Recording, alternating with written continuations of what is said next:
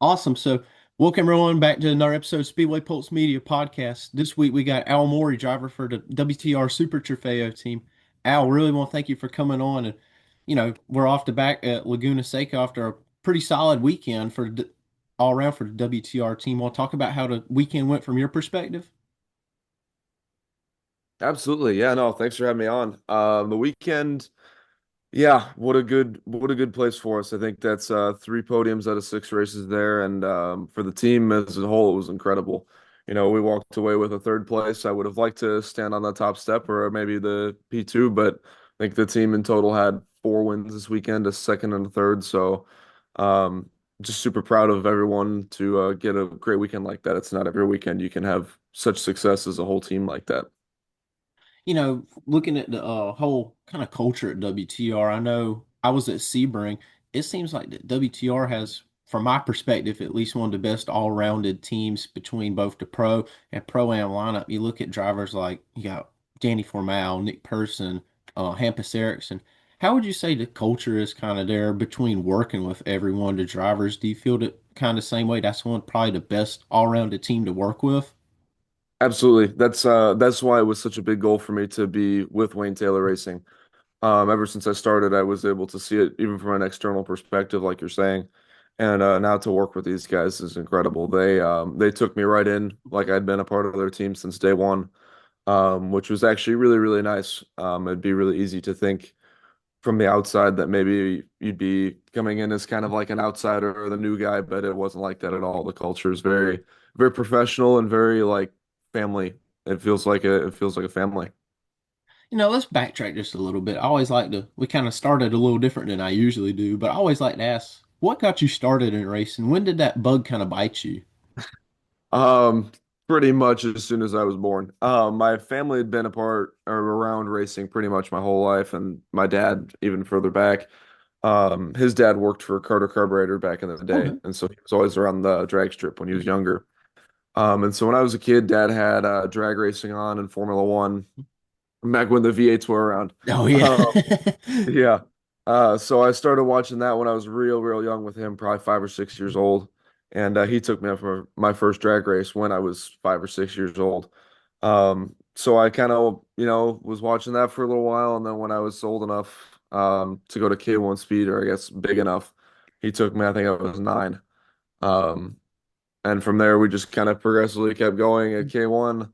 Um, just kind of casually, and then I'm not sure you're familiar with K1 Speed or not, Yeah, but I know. they We got a couple of those around my area. where are you from? I'm from South Georgia. Oh, okay. All right. If Yeah. you're So you're familiar with definitely around there. Yeah. Roebling, have you ever heard of Roebling Road Raceway? Yeah. Yeah, Yeah. that's 45 minutes from my house. Oh, awesome. Okay. That's where I Yeah. started my karting career was Roebling Road. Okay. Yeah. Yeah. Yeah, Awesome. Awesome. So anyway, yeah, you're familiar with K1. So they've got that monthly championship that builds yeah. into yeah. So I went out, I think I was 14, and wanted to do that and ended up winning the championship after a lot of training in the season before. And then afterwards, we were kind of talking around, looking like, all right, well, what should we do? And there was a guy that was in the store about a couple weeks prior that had a go-karting team and Mhm. a Formula 4 team, and he had a bunch of other cars as well. And so he reached out after the manager kind of talked to him and said, "Hey, we'd love to have you, come drive go-karts with us." And so I went outdoor go-karting with him for 2 seasons, and the X30 senior class. Mhm. And after the first season, he goes, "Hey, I'd really like to test you in F4." And so I said, "Oh, well, absolutely. Yeah, we can do Cool. that." Um, so I raced two-thirds of the season of F4 the next year, then 2022. And then we moved up to USF 2000 in 2023 with him, same team. And then 2024 came around, and after the couple of seasons in open wheel, that's a very, very expensive series to be in. Absolutely. And only gets more expensive as you progress. So we were kind of looking and going, yeah, I don't know, it's going to be very hard to continue in this ladder. Um, and so we tested a whole bunch of different things. I tested a, cup car, I tested LMP3, I tested USF Pro 2000. What else did I test drive? Oh, the Lamborghini, the Super Trofeo, of course. Um, and I think that's it. I might be forgetting a car. So we tested pretty much everything, every type of discipline under the sun, trying to find somewhere to land, somewhere to be. But when I drove the Super Trofeo, things felt pretty right and felt pretty good. Um, and we were looking at budgetary things. We were going, okay, well, this is reasonable. Like we can do this. Um, and so we tested one more time, and the track we were on, it's probably been broken by now, but I believe we broke the track record Cool. with the Super Trofeo and like that second time out. So we were like, all right, the car's good. It's agreeing with me well. I think this could be a really good place to go. And so we raced with that team in 2024.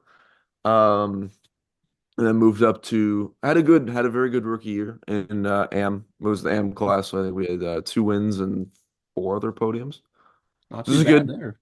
Nice, yeah, nice opening year. And then 2025 came around and the series moved me up to pro.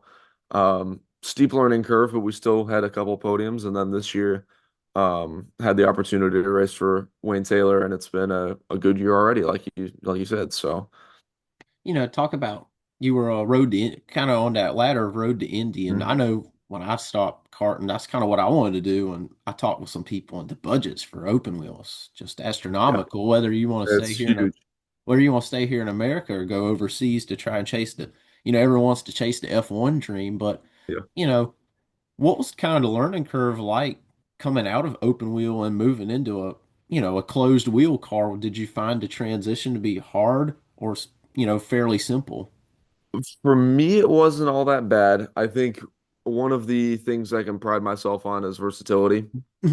So for me, it was a little bit nicer, and I think a lot of the techniques I learned from the open wheel car transferred over to the sports car in a way that would be hard to learn with the sports car, if that makes sense. So stuff that I had learned and was able to carry over. And I think because of that, it made the transition a lot smoother than I've heard other people's in the past. I would say there is a lot different though of that car. Of course, you go from like a 1,200 pound, you know, car with an inline 4 cylinder and a lot of downforce to not a lot of downforce, 600 plus horsepower, and of course you're enclosed. So definitely just like the first couple of times I drove it, I was like had to figure out where the whole car was because it's a big car. And sitting off center was new for me. You know, with the Formula car, you're in the middle and everything is just kind of it's the same on both sides, which it doesn't seem like a big deal. You know, you drive a road car and it's like that. But for the race car, finding the apex on the other side of the car because it's, there's 4 or 5 feet more on that side than there was in the open wheel car. So I think that was the biggest learning curve was honestly finding where the car was. Since you've been in Super Trofeo, it seems like each year just gets better and better. You started your rookie off season off with a couple wins, had some podiums. Then once you made the step to pro, consistency is just building. We look at the competition. Do you think that, you've been in it so long now? I hate to say like, you're a veteran of the series kind of, but do you think that this year or maybe looking ahead is giving you some of the best years you have to fight for the championship? Obviously, you got some Absolutely. really great competition between both the WTR team and the other competitors. Yeah, no, I would 100% agree with that. The unfortunately Sebring didn't quite go our way, so the championship this year is going to be a very steep ask. It's not over till it's over, so we're going to keep fighting as though we are tied for the points lead. Um, but I think this year I'm in the best possible window to try to win it and next year as well. My guys at Wayne Taylor Racing have put together the car for the last couple of years. It's been absolutely incredible. So now to be able to utilize their equipment, their data, especially like you were talking about drivers like Danny Formal, Hampus Ericsson, Nick Pershing, two of those drivers are champions, especially Danny's got, I think, 5 Super Trofeo titles. So kind of being able to look at his data and bounce ideas off all the whole team and look at all the data with the engineers is just an incredible opportunity. And so, yeah, to answer your question, yes, I think we're in a good window. And I think if it's not this year, then next year can definitely be a championship run. I fully expect to be top 3 in the championship order this year, though. I like about Super Trofeo is for people wanting to make that step from, I guess, let's say they come out of like SCCA or something into like a WRL. It gives you that good feel of what an IMSA endurance race is, but also at the tone of a sprint race. I know I was talking to Jake Walker about that, and he kind of did the same thing, came out of SCCA and went to a WRL where they run, you know, 7, 8 hour races a weekend. But when you come to Super Trofeo, it gives you that good medium of an endurance, but also at the same time sprint. Would you kind of say the same thing about Super Trofeo competition? I'd agree. I would For the record, I would love the races to be just a little bit longer. I know it's fuel restricted and how big our tanks are, but yeah, I'd say as a stepping stone into IMSA, I think it's wonderful. The cars we have now are incredibly difficult to drive. Little bitty tires and not a lot of arrows, so that you get a lot of car control learning out of it. So it makes, I believe, from what I've been told, the next step into GTD a very nice transition. You feel a lot more control with the car, a lot more understanding of where things are supposed to be. And especially you're running all the same tracks as them as well. So you go up, um, I guess if you start the season in GTD, you'd be in Daytona, but then right after that, you're Sebring, Laguna Seca, Watkins Glen, and those are all tracks on our calendar. So I think more so than even just the driving, it's nice to be on the same weekend, see the structure of their whole weekend, see how the track evolves. And I think that's hard to do externally. Like I know Porsche Cup isn't always with IMSA. So I give a lot of kudos to Lamborghini for being able to put us on the same weekend. And I believe next year y'all get the new Temerario We too. do. Yeah, We so that's gonna do. be a probably some I'm preseason testing, I bet, coming up for Oh that. yeah, yeah. We're all pretty excited about it. I think a lot of us are, including myself, were really upset that the V10 was leaving, but they had it on track, I believe, for the first time like 3 days ago. I think I remember seeing Yeah, for something the up on second, Sports Car about that. Yeah, yeah. over in Italy. It looks pretty wicked, and from what I understand, we're going to be over 100 more horsepower. Wow. The Pirelli's coming back, and I think we're getting really with the Pirelli a really wider platform for the tire, and a lot more downforce. So they're gonna be quicker. Um, which as a race car driver, you always want the car to be quicker, right? So, I think we're all excited for that. I think we'll miss the V10, but we're interested to see how they're going to shake up, and I'm hoping that all the series get all of them. I think it's a big ask right now to get probably 120-ish cars Yeah. built. Yeah, that's going to be big, but talking with the guys at Lamborghini, they say they can do it. And I'm excited to see them done. That's like you see the phasing out of the Huracan. We still got Huracans running, and then we got a few Temerarios running. So it's kind of you hate to see the Huracan go, but you're excited to see what the new Temerario can do. Can do, yeah, no, exactly, exactly. Do you feel that we're seeing all the new brands coming into sports car racing as a whole? Being into out or the inside right there, seeing it. Do you feel that the sports car racing now is just blown up more than it ever has before? Because I feel like now racing seems more accessible now to so many more people than it used to be. When I started, you had to go to, the old-fashioned way, go karts and work your way up. Now you have so much with the sim world. You know, let's say you've never been to one of the upcoming tracks. The sim racing now is just like being there. You learn it so naturally. I've got a lot to comment on that one. I'll start with the sim stuff. So my primary sponsor is Podium One Racing, building the best simulators in the world right now. So a couple years ago, Laguna Seca, like you said, these tracks I'd never been to before. But we did enough with Podium One and tried to get my sim all dialed in correctly. Um, to where I did all the testing for Laguna Seca beforehand because we didn't go to the preseason test. Budget was too tight. But because of everything that I had done on the sim, we rolled up to Laguna. We put it on the front row for AM, and then we won both races there. So it really is the simulating world, like you said, is making everything more accessible, and it's making it so realistic in a way that you can never see a place before, rock up there and do well.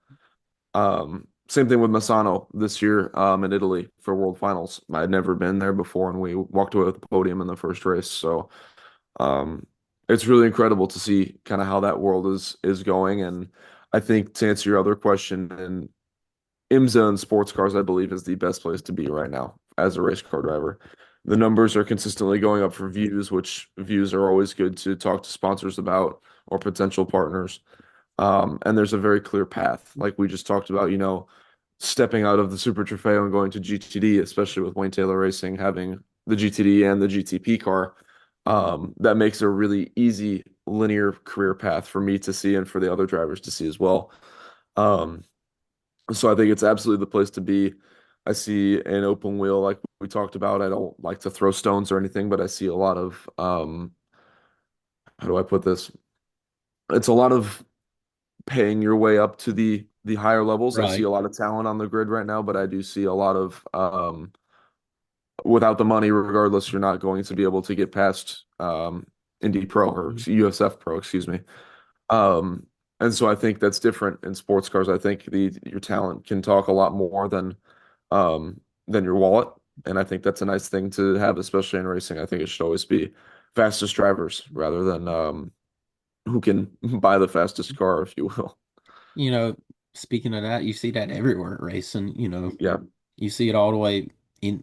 It's not as common here in IMSA because you have the option of having an AM driver, so they kind of suit the wallet there. But you look at Formula One, the whole feeder series in Europe, because that's all paid way up. You get with the top team like Prima or something, and that's all money talks there. yeah, And it sucks for so many people because, like you say, the wallet talks nowadays instead of what the talent is. yeah. But that's the good thing I think about sports car racing as a whole. You can find talent there. How great is it to be for a manufacturer like Lamborghini that wants to just fund to build so much for you guys? Even at the Super Trofeo level, Oh, and now all the way up to they were it's hypercars just incredible. I'm last year. Yeah. Yeah, the SC63. It's incredible. I can tell you without Lamborghini support, I couldn't do it. Um, and we're hoping that they keep the budgets in a good window with the new car next year. But yeah, with the help we get from Podium One Racing and with from Lamborghini as well, um, yeah, it's incredible. They've got a killer program and they care. It's evident. They care a lot about us in their series. Um, and they really, really do a good job of getting us, like I said, on track with IMSA. I think that's one of the best things they can do for us. And they've got the young drivers program that's I was a part of last year. That's really cool. It kind of develops you and wants try to get into their factory program. So I think it's really cool they offer things like that. In addition to all the opportunities they provide you with an IMSA, they can also build you into a Lamborghini driver if you so choose. And I think that's a really cool thing. I don't see a lot of other manufacturers putting that much care into their race programs. Yeah, I don't really either. And we had Danny Formal, and he talked about the same thing that how great Lamborghini just is to work with. Mm. Lamborghini's an Italian brand, and like you say, we look towards the end of the season. Last year we are on the podium at Misano. This year we're going to Monza. How cool is Yeah. that just for it to be an American? I know it wasn't completely, an internet or well, it was international, but not in this same way that most people would think though. But how cool is that just to be on the top or on the third step of the podium at Misano, a track with so much history? It was pretty awesome. I think that kind of like completed our weekend by the first race. We did four there, and as soon as we got on the podium, we're like, okay, well, job done. Everything else is going to be a bonus. Um, it's incredible. You start, or at least I started at indoor go-karts at 9. I never thought I'd be standing on a podium in Italy, especially with a Lamborghini. It's cool to be able to put the Italian car on the Italian podium. Hopefully we can do it again in Monza. Monza is a really, really cool place. But yeah, man, it was really, really cool. Standing up there. Danny was on that podium as well. Um, we worked hard for that podium. That was a tough fought one, but it was really cool. I think that one is a little more special to me just because of, like you say, it's the international success. That's the thing I love about Super Trofeo that the championship races, it kind of like its backyard. You were at Yeah. Mazzano, they did Mugello and Jerez. Believe so. Yep. Jerez Yeah, was 24. yeah, that's something I think that's so cool that I wish other one make series would do like Porsche go over one of the German tracks and do or like Like Ferrari Hockenheim or challenge. something. Yeah. Yeah, I think Yeah. that would be really cool to see that. But you talk about going to Europe and doing these races. Was there any idea of maybe doing that? Maybe when you were in your junior formula category, or even making the jump to sports cars, going to Europe and running some stuff? No, I think the LMP3 deal that we had talked about would have been part of the, I believe, Asian Le Mans series or like Le Mans Cup, like Prototype Cup, I Mhm. believe. And those would have been in Europe. But when I was in formulas, it was pretty much I just want to be in formulas. I wanted to be an IndyCar and I wanted to build that ladder And I always said if, because I even knew when we started the USF season, it was pretty much we need a miracle to race it again next year with the budget. Um, but it was like, hey, if I can land somewhere in sports cars and build my career out of it, I'll be very happy. Because I know starting in the Formula car is a good place to be, but I think thinking internationally, no, I don't think it's anything I ever thought of like, oh, I really want to, um, or really, and not so much. I always wanted to, but not so much thought that I would have the opportunity to race at some of these tracks over here. But yeah, like Monza, I never thought I'd get the chance to race that when I was still in formulas. But now with, making the move to sports cars and being a part of the Lamborghini Young Drivers program at UC, it's like we said, a clear path that, hey, maybe in the future you could see me, GT Challenge or, some of these different series that Lamborghini's got GT programs or, even working way up to the factory program with the SC or the hypercar. So Hmm. it gives you that clear. I think that's one of the good things that you see that, especially being with WTR, that you got a clear path that, there's something that we can really work towards here, whether it be GTD or something else with Lamborghini there. Absolutely. Yeah, no, and to build that kind of platform for me to be able to stand on for my career, at a young age, I think is very important. Wayne Taylor can get me there. I have to do my part, of course, be a good driver with him, but the path is there. And hopefully with that path comes my career. This is what I love doing, so I want to do it for as long as I absolutely can, and I think I'm in the right spot to do so. That's really great that we see that Wayne Taylor is the team that you want to be with, and we talk about it. But what would be something you would want to go to that would be next out of Super Trofeo? Would it be the GTD team? Yeah, yeah, Absolutely. absolutely. My ultimate goal is the GTP program. I think those things are awesome. Oh, those things are so cool. Aren't they cool? Yeah. I'm hoping that when I get there, they're still running the Cadillac V8 because that thing is sweet.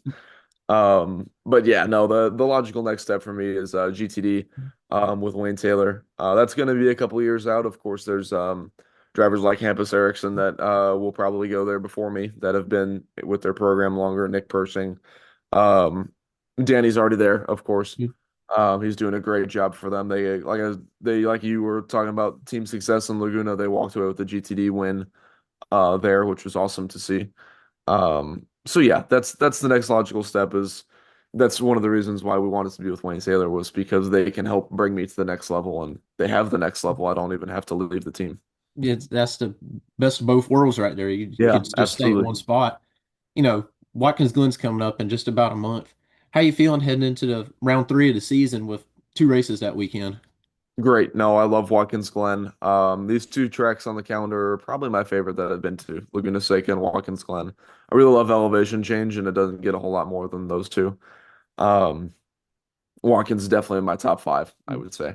But yeah, no, excited. I think now that me and James have some momentum off the podium, that things are going to go a little bit better than they did in Sebring. Watkins historically has been a pretty good track for me. 2024, we had, I never like to say, oh, we had the win because you never know what's going to happen, but we had, I believe, a 15-second lead going into the pit stop and we picked up a penalty. My co-driver did on the way out for, I think he cut the time too short.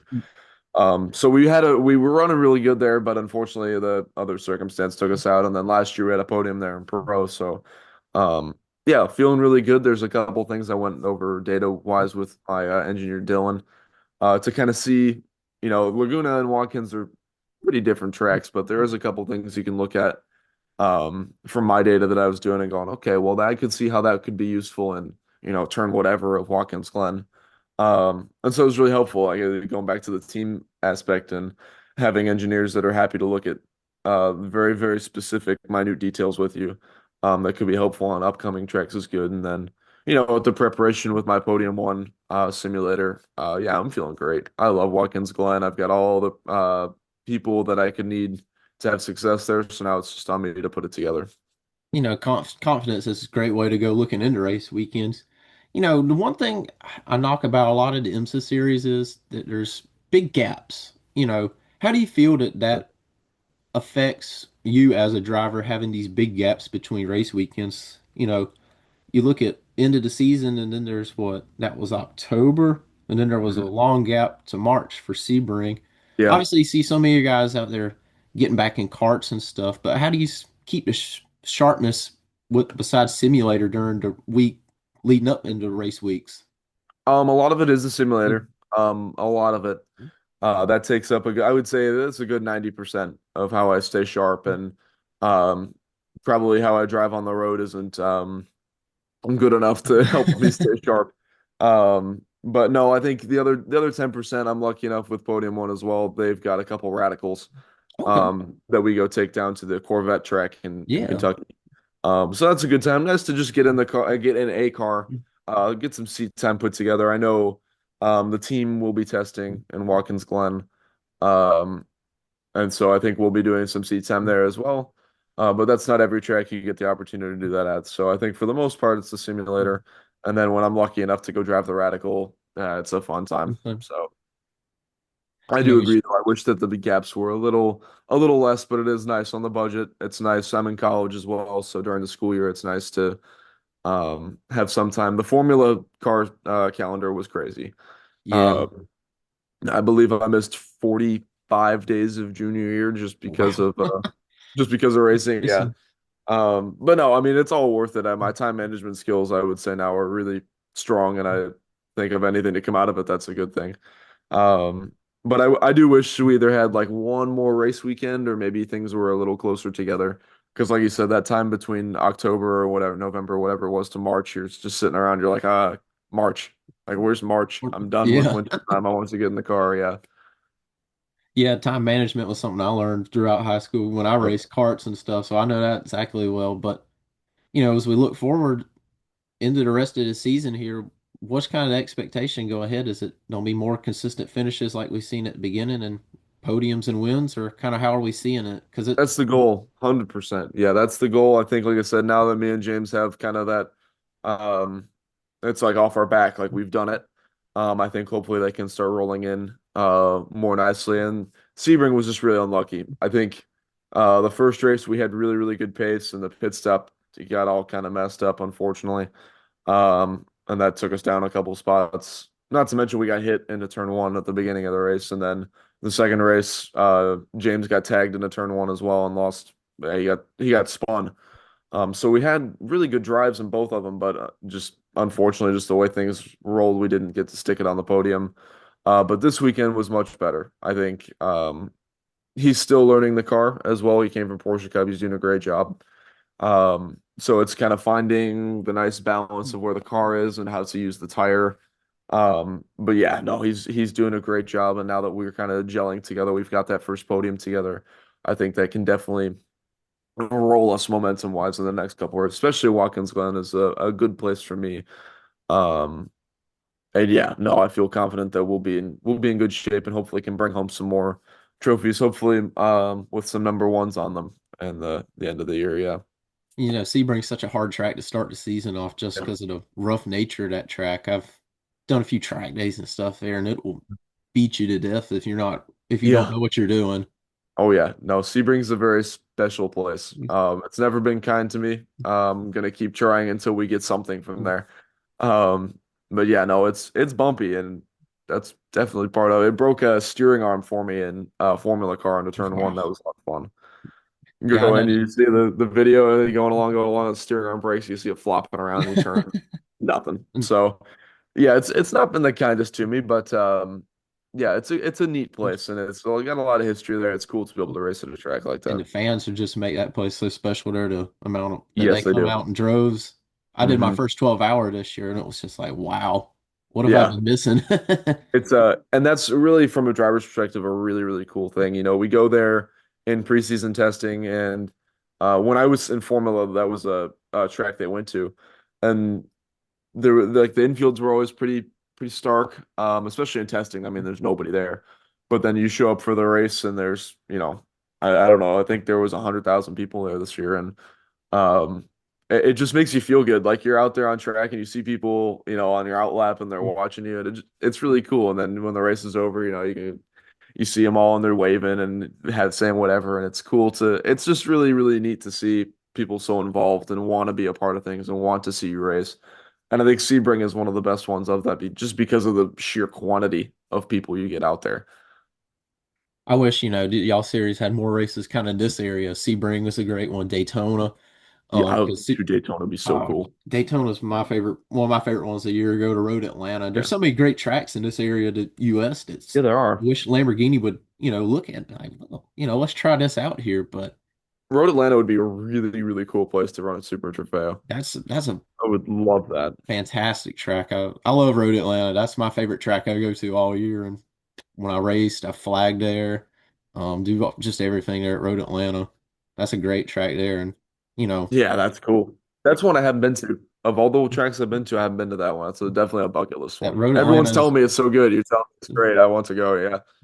I know the first time I went was let's see, the race was well, I did a couple Miata testing when I was still in high school. And just it's a physical track because people tell me, Oh said, yeah. think about kind of like Spa, but backwards. You're going uphill, through the S's that way. Yeah. Yeah. They said think about Spa, but kind of backwards.